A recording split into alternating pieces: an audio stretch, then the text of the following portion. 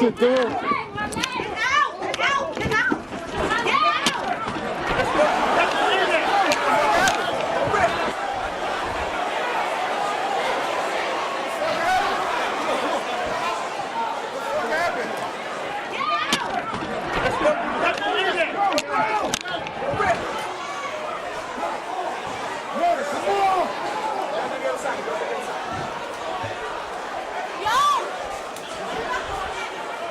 Yo, somebody got hit up there.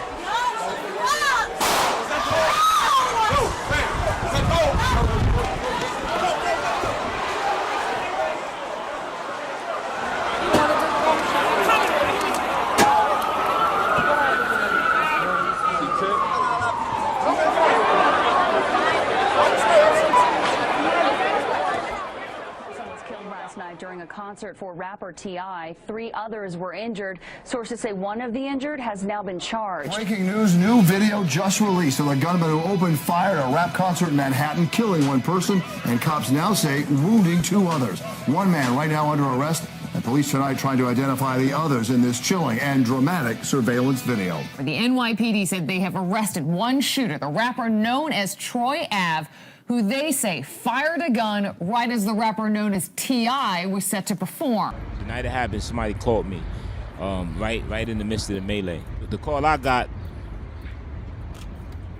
I knew my brother was dead.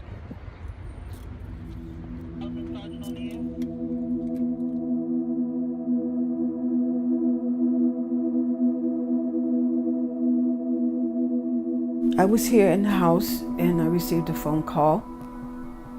And I was told that my son had been shot, and it didn't look good. Benga, he was a good person, very athletic, outgoing, well-spoken. Everybody liked Benga. I will always remember him. Not only a bigger brother, he was a friend. You know what I'm saying? Like, he was family to me. I knew him forever. My kids grew up with him. He wasn't a kid out there, he wasn't a violent kid. He wasn't a kid that would look for problems. He liked the ball, he liked the music. What was wrong with that? Benga, Edgar, this is where he grew up at. This building that we are next to is 133rd Avenue, and we moved out here when we were kids. He's a mother's son, he's her baby, so he still lived with my mother in this area. He was a loving, caring, kind, thoughtful person. One thing I could tell you, if I was to be walking and I had bags, it would be like, Mom, let me help you, let me get that. That's who was Edgar. Edgar was not a street fighter. He was not a kid that you could say, oh, he's always into problems.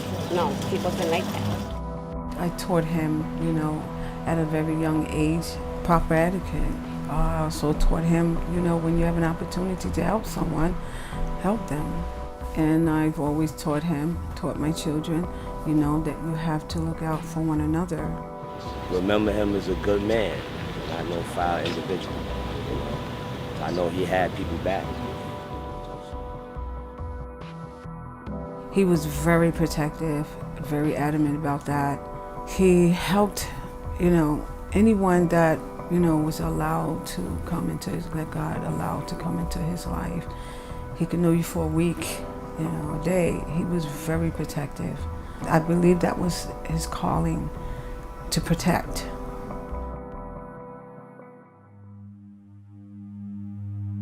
Can I share something with you? I found out about this recently.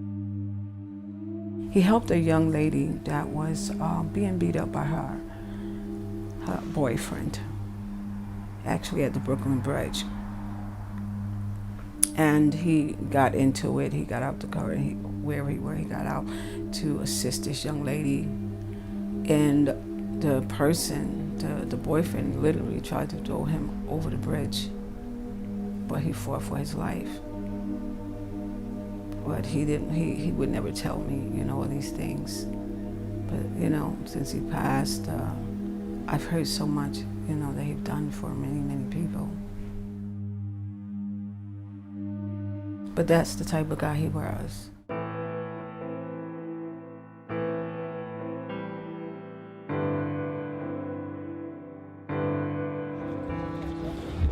I love you, Edgar.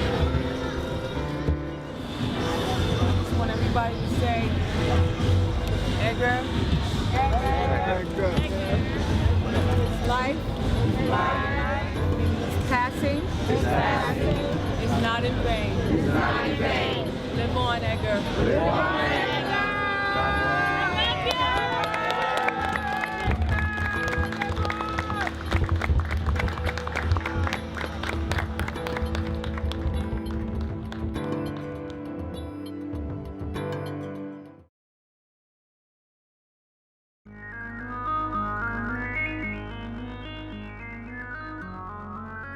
The media's biggest misconception about my brother was that he was just some average Joe, angry dude, a felon. And I'm just summing it up. They throw as much out as possible.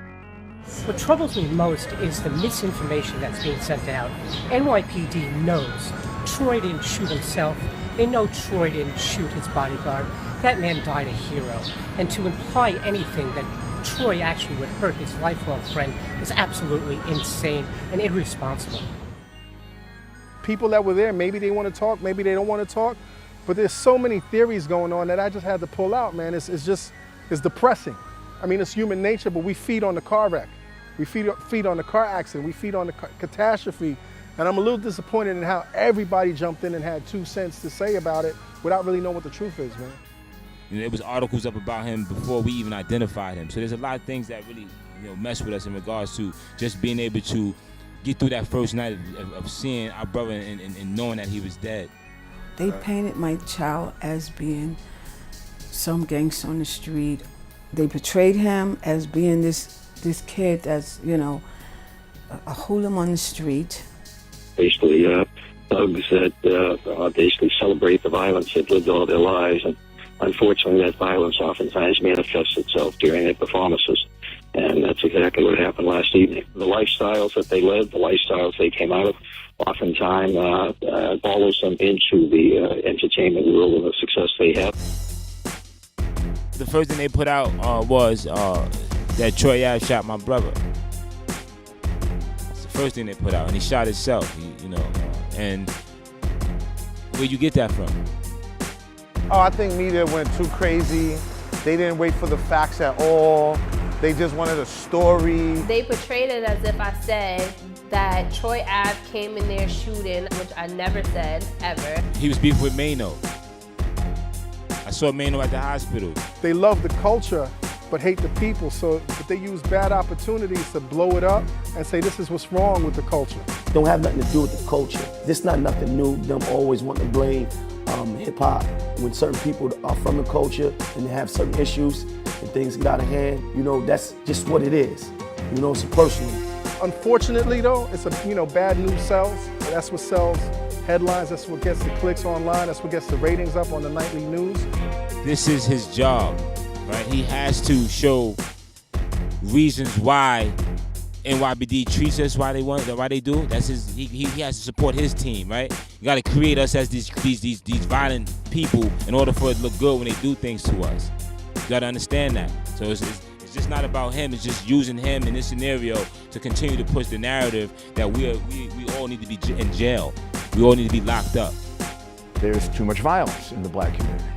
So a black will die 1% or less at the hands of the police and 99% at the hands of a civilian, most often another black. The real danger to them is not the police. The real danger to them, 99 out of 100 times, 9,900 out of 1,000 times, are other black kids who are going to kill them. That's the way they're going to die. Not everybody is a rapper or artist, or they're not animals. You have real artists that take this serious. Feed their families with this. And when you do stuff like that, you take it food out their mouth. So it's disrespectful. When you have shootings like that, and then you have me and Mano, which we was on the scene. Police behind that, they've been trying to give us a hard time going to clubs. The booking's been hard. We will never forget or fail to honor the achievements of Bill Bratton. New York City Mayor Bill de Blasio announced Tuesday that NYPD Commissioner William Bratton will retire next month and take a job in the private sector. They don't understand it, they speak on it negatively, but we just gotta start watching how we moving and how we doing. If you wanna be in the music business, there's certain things you gotta leave at the door at some point. We all street niggas, okay, cool, I get it. But how real you wanna keep it? You wanna keep it so real that we got 100 years or you dead, nigga be like, damn, that was the realest nigga in the world. That ain't cool. I don't think that's cool. So we got a job and a duty for our families to do all this work that we done to get out of the pain that we was in just to mess that up now? No, that ain't cool. And that ain't gangster. That's stupid. It's dumb. Locked in the jail, but I'm gonna get free. I wear icy gold chains, can't no brass break me. Pussy nigga tried to assassinate me. I took the gun from him and turned the tables round like a G. New York has a very specific self-defense statute. Someone has to be doing something or about to do something to you that's causing you to be able to react to do something to them. If he were anybody else but a black rapper, he would be looked upon as a hero. When the killers came in, this man took action. I can't go into any details on that, but he took action and he prevented more people from dying. We've heard a lot from the Republican right and the NRA, and they've always said that if someone comes in to cause harm, you have a right to defend yourself. You have a right to use a gun to defend yourself. And when that happens, you prevent more people from dying. This could have been another mass killing. I'm wondering, where's the NRA now? Why are they not speaking up in defense of this man? And I have to sadly think it's only because he's a rapper, a black rapper at that. Why are they not standing behind Troy? You have to ask that. They arrested Troy Ave, saying that he was the one that, shot my son. But then later on said that he was not the one that shot my son and that there was another gunman. There were never a follow-up on the story and my son's killer. Been so many interviews about Troy Ave, but they have nothing, the public have not been told or have been given any story on the follow-up of my son's killer.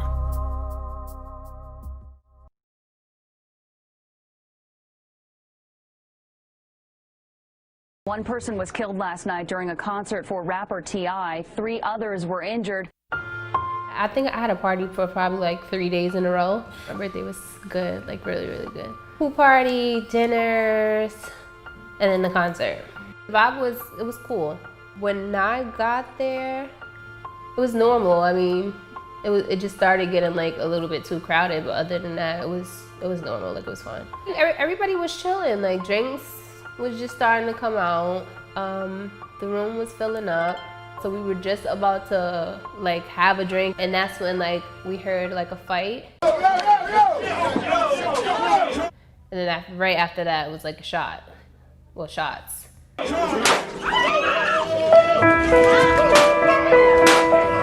I think I got shot like with the first bullet. All I know is I was just stuck in a position where I couldn't stand up, and I just kept saying my leg. All I was thinking was like my leg. I couldn't really like say what happened to me. I had to wait a while for an ambulance, probably like the second ambulance or third, because the other person was actually like right there dying. I'm upset with Irving Plaza because not only did they not follow the proper security procedure, that room was too crowded, it was too tight, it was too many people in there, and for somebody to just let off shots in a crowded place like that, it's like, I know it was not worth it. I hope they really like take action and like, fix their system. I'm about to hit that stage, I gotta represent it like no other, you heard? Right, Flatbush, what's up?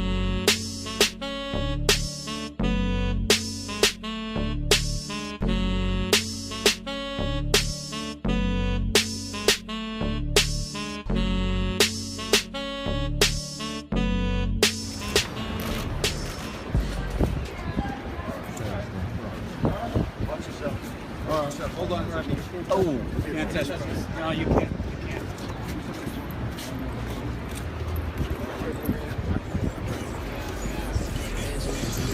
It's the Rumor Report with Breakfast Club.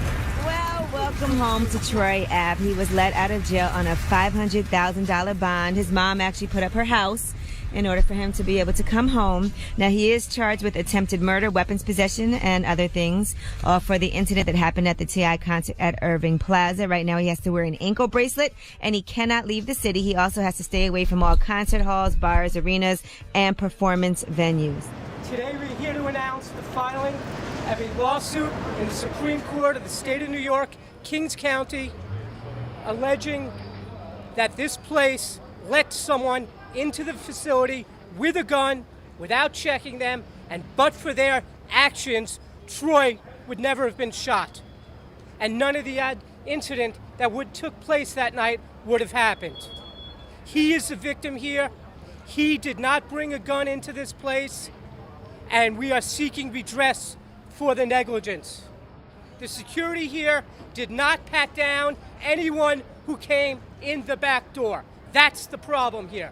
People that came in through the VIP entrance in the back were not checked by security. If you come in the front door here, everyone gets wanded and patted down. When people come in the back, they were not.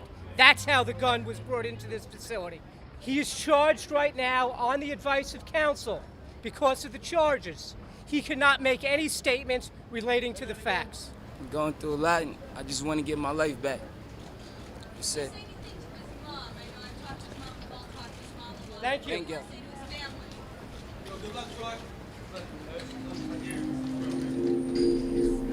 And they asked him, well, do you have anything to say about Ronald? He said, I just want my life back. That speaks volumes.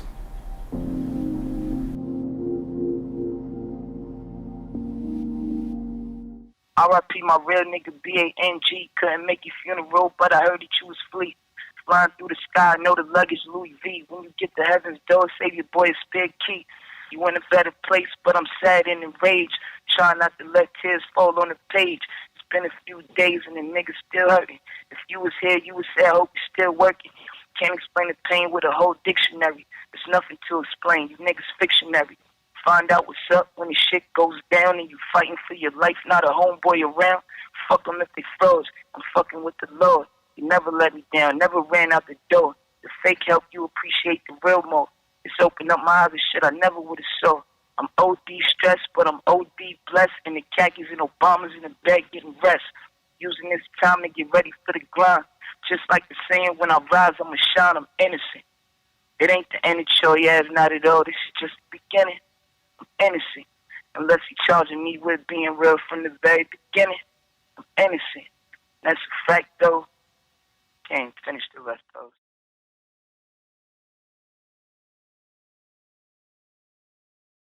Police sources say the rapper Troy Ave was sitting at a red light in this red Maserati. He was approached by a gunman with a hood who opened fire, blasting out the window to his Maserati, striking the Brooklyn-born rapper in the arm and head.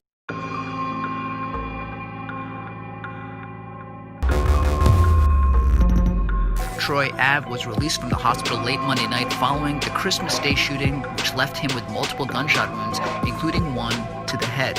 Ave and his girlfriend were en route to visit family in Flatbush, New York, when a masked gunman approached his Maserati and began to fire into the driver's side window. Ave was able to flee the scene, but not before getting hit in the head, back, and arm. Did investigators just crack an 8-month celebrity mystery? 31-year-old Darryl Campbell was arrested in this quiet Brooklyn home today. If we can satisfy the conditions that the judge set concerning bail, he should be fine, barring the government appealing the decision by the judge. He's a very sharp, well-balanced individual, and he understands the gravity of the situation that he's in. And he sends all his love to his family and his loved one. He has 2 charges, which are felon in possession of a firearm and transporting or receiving a firearm. Those are his 2 charges. My son didn't want to be here that night. And a situation was set up where, from what I understand, Troy Ave caused an argument or started, I don't know, he hit somebody, attacked somebody. automatically, my son, stepped up. He took the first bullets.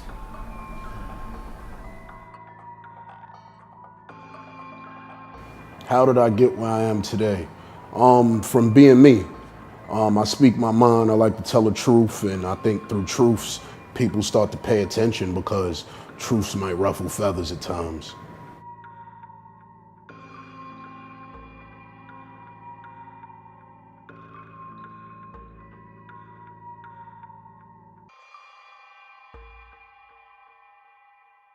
In hip hop, people are talking about guns, people are talking about shooting, people are saying things like the police. Absolutely. And they go like, how is this helping the dialogue? As a hip hop artist, how do you reply to that? Well, first of all, I think that people need to take into consideration that hip hop traditionally has always been a reflection of the environment the artist had to endure before he made it to where he was. So if you want to change the content of the music, change the environment of the artist, and he won't have such negative things to say.